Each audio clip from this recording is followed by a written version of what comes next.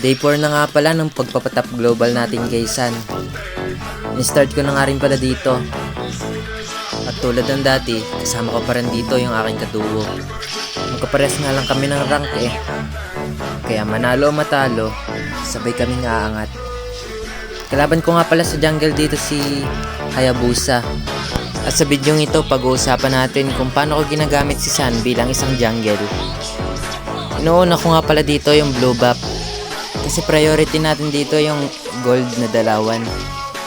At natutunan ko kay King Kong na sa early game, ang core ang magbubuhat. At sa late game naman ay ang MM. Pagkatapos ko nga palang mag blue buff guys, kinuha ko na nga rin pala itong parang butiking ito. Kasi early game pa lang naman at wala pang masyadong ganap, kaya magpaparm muna tayo dito. At buti na lang na-poke namin itong Bane, kaya nabigyan namin.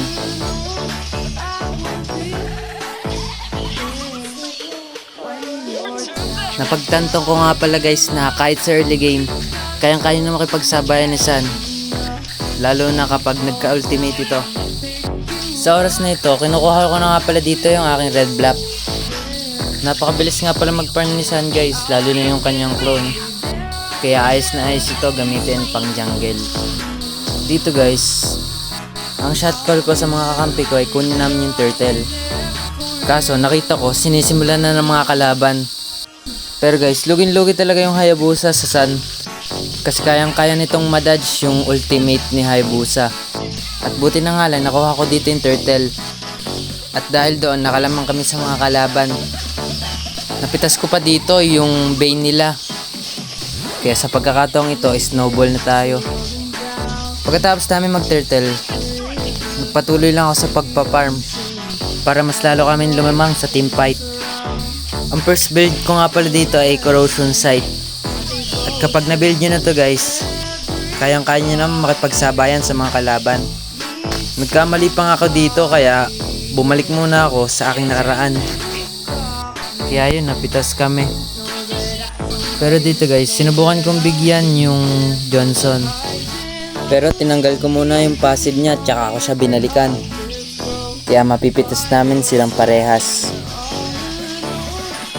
Siya nga pala guys, kahit nasa tower sila, kayang-kanya yung bigyan guys. Basta magamit nyo lang yung clone ni San ng tama. Tapos dito, gumugusto pa yung Nana, kaya siya pa yung akin nabigyan.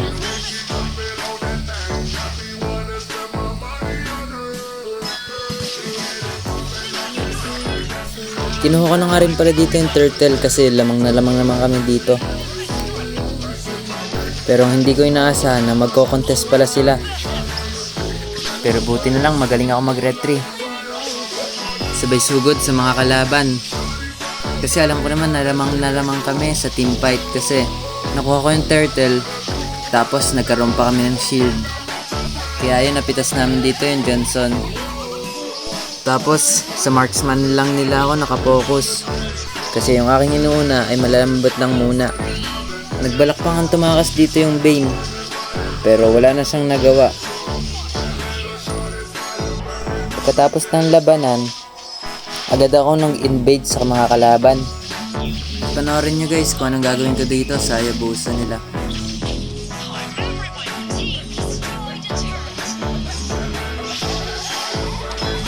Nakita nyo ba yun guys? Napakalakas talaga ng San, kahit sa Torre kanyang sinusugod. Tapos dito guys, nakita ko na mga low yung mga kalaban. Kaya yun, binigyan ko na lang rin. Sa pagkakataong ito, sumugod yung aking mga kakampi. Kaya wala na akong nagawa kung hindi sumunod sa kanila. Kasi ba naman, alam ko naman na hindi nila kaya, na wala ako eh. Tapos dito, sumugod pa yung Hayabusa. Napiling niya, kaya niya ako. Kaya yun guys, hinabol ko siya. Hindi pa nga siya umuwi dito eh. Kaya yun, napitas ko pa. Ang lakas talaga mga asar ng bida. Tapos dito, kinumpleto ko nga lang pala dito yung aking buff. Para sa oras na magkaroon ng bakbakan, ako'y handa sa aming magiging labanan.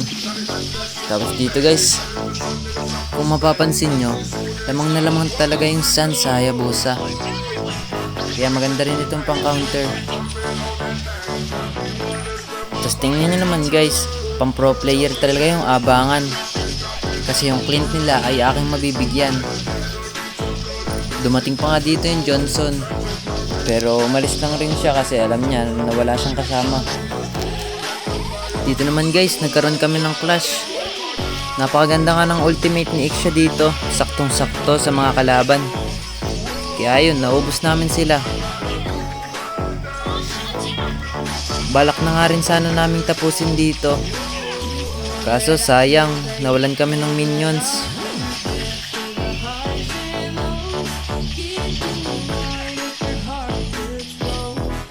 Kaya ang shot call ko dito ay kunin muna namin yung malaking boss. Kasi hindi rin naman namin kaya eh.